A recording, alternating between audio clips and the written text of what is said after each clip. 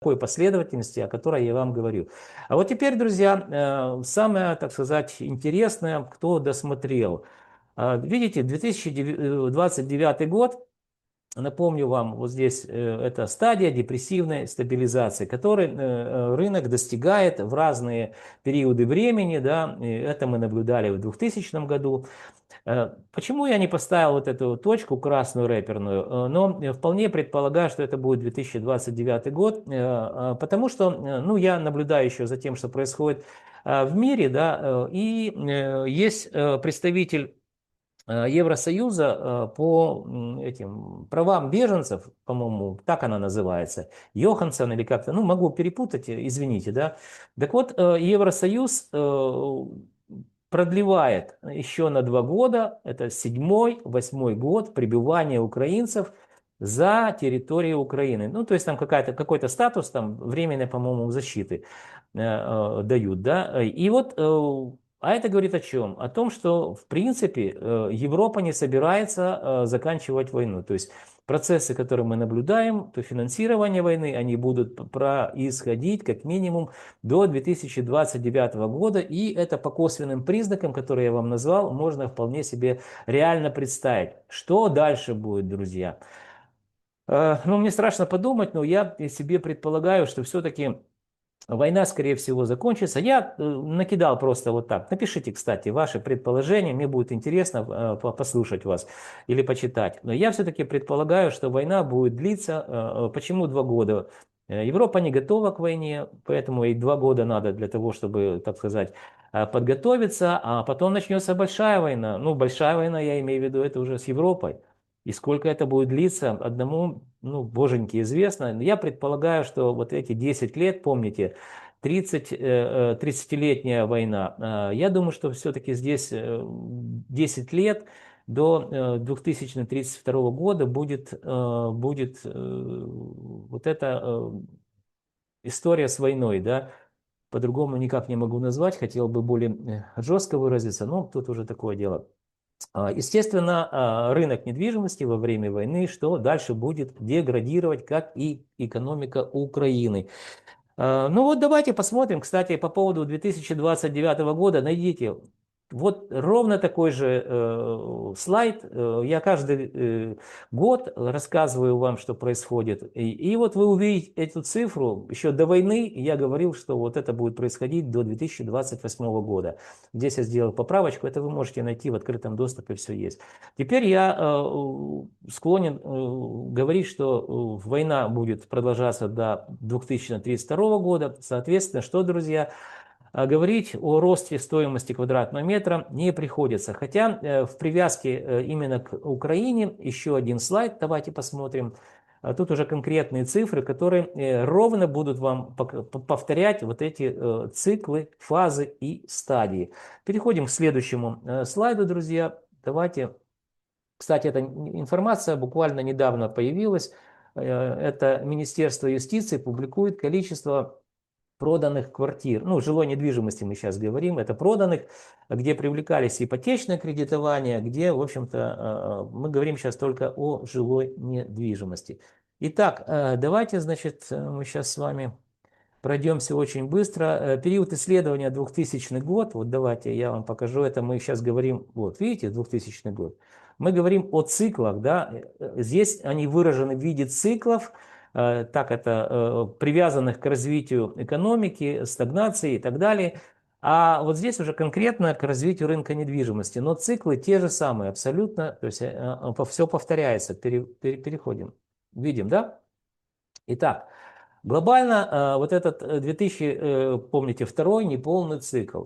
То есть мы наблюдали рост, и потом вот здесь уже вот эти микроколебания, о которых я вам там говорил, вот здесь мы их отследим.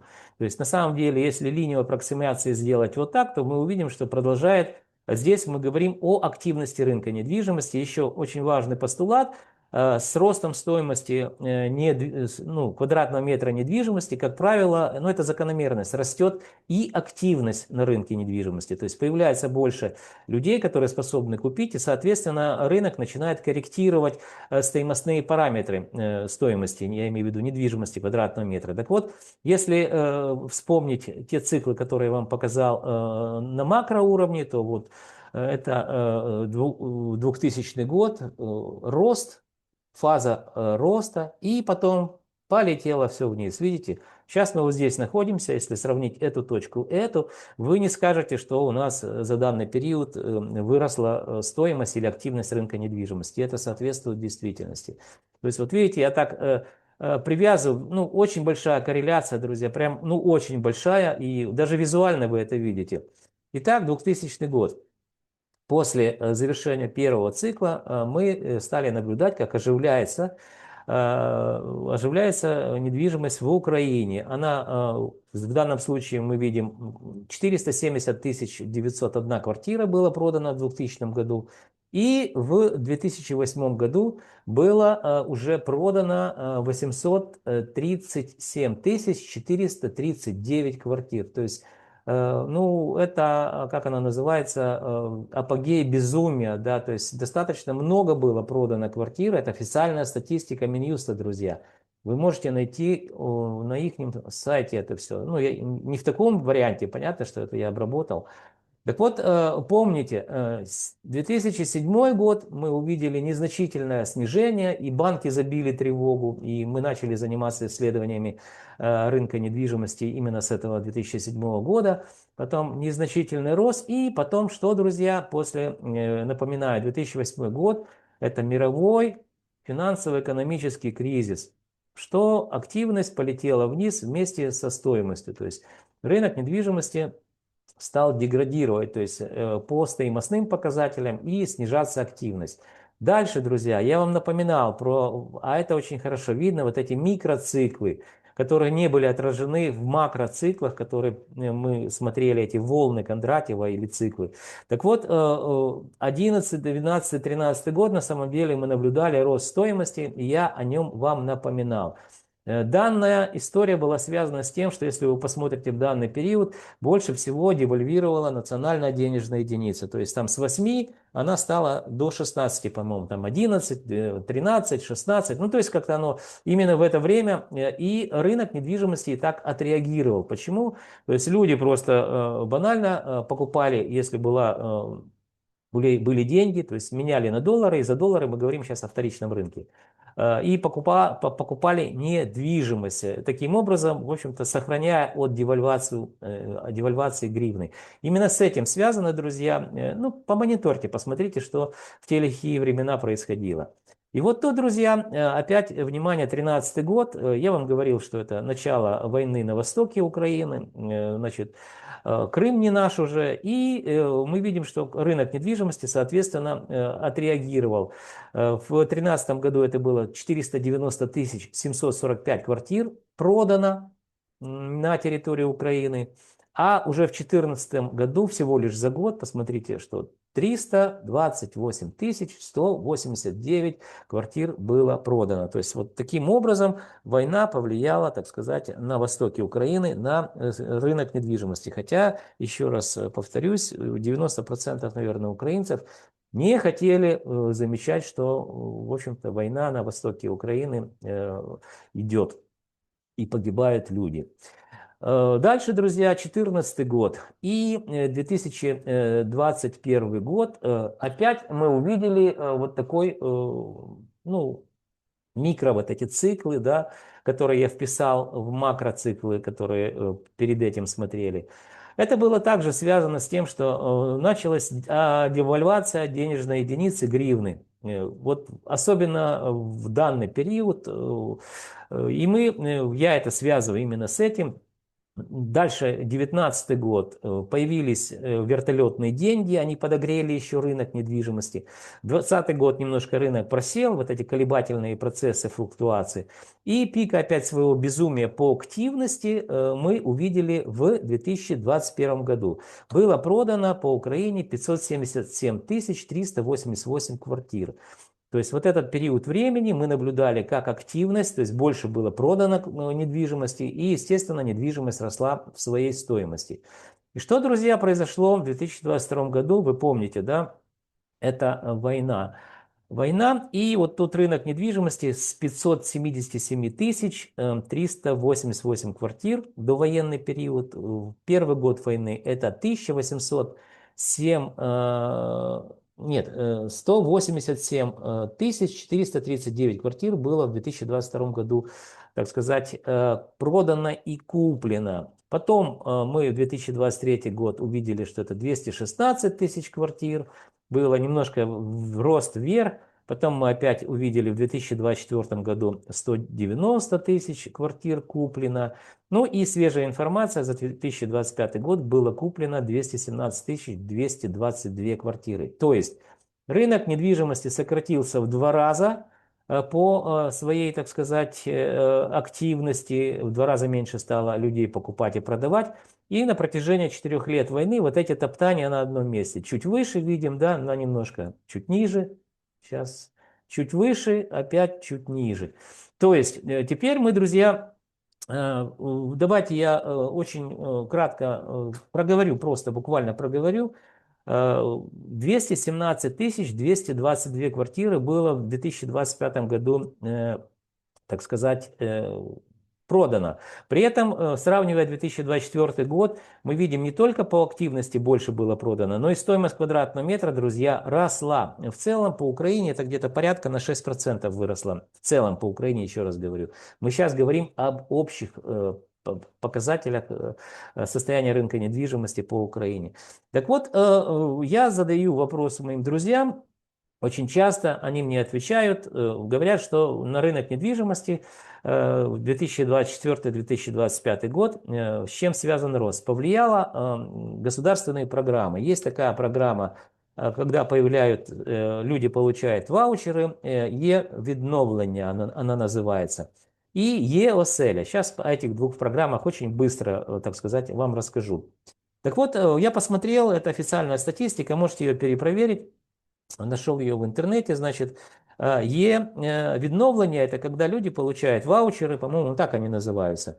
Так вот, 28 тысяч в Украине в 2025 году подали заявки на Е-відновлення, и всего лишь было одобрено 3296 вот этих заявок, то есть, по сути дела, кредитные деньги. То есть 3296 семей получили ваучеры. Ну, посмотрите, разница. Подало 28 тысяч, а всего лишь 3000 получили, так сказать, эти ваучеры. Дальше. Выдано было денег на сумму 6,5 миллиарда гривен. Я перевел это в доллары. Мы говорим о вторичном рынке, где все продается за доллары. Это 145 миллионов 761 тысяча долларов.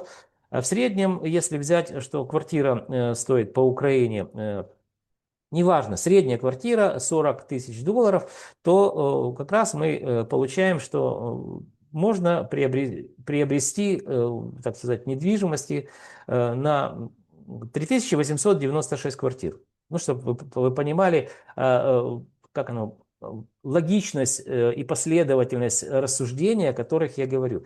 Это ничтожно малое число.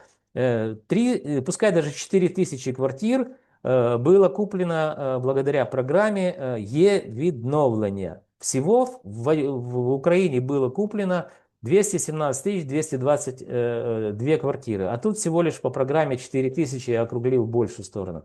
Ладно, давайте дальше. Е-оселя, еще есть такая программа.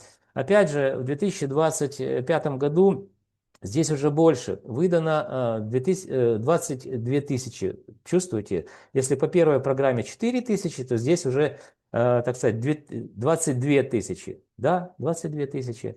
Это 40 миллиардов гривен. Я перевел это в доллары по курсу, потому что мы говорим о вторичном рынке. Это порядка 1 миллиарда, а точнее 952 миллиона 380 тысяч.